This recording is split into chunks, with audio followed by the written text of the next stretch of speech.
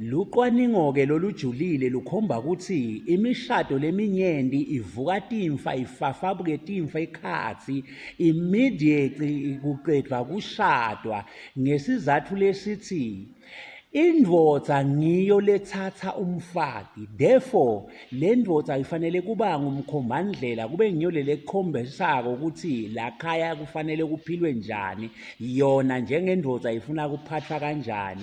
Kodwa lokuyaye bese kuyenteka kusuka laba bekhaba umfati bese kuba ngibo lele sebafaka unyawo lwemfene, sebafaka isandla lesineboya lapha bakontrola le ndvodza, sebafundzisa lo makoti lo mfati kuthi indvodza yakhe kufanele ayiphathe kanjani,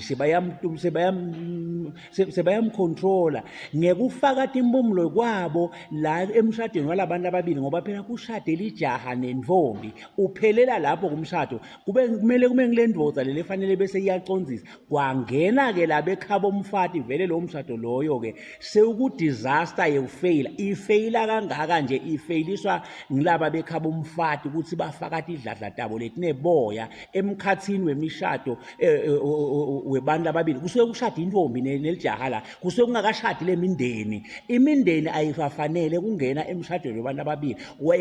Once lemindeni yafaka timpumulo sowufile-ke lowo mshado.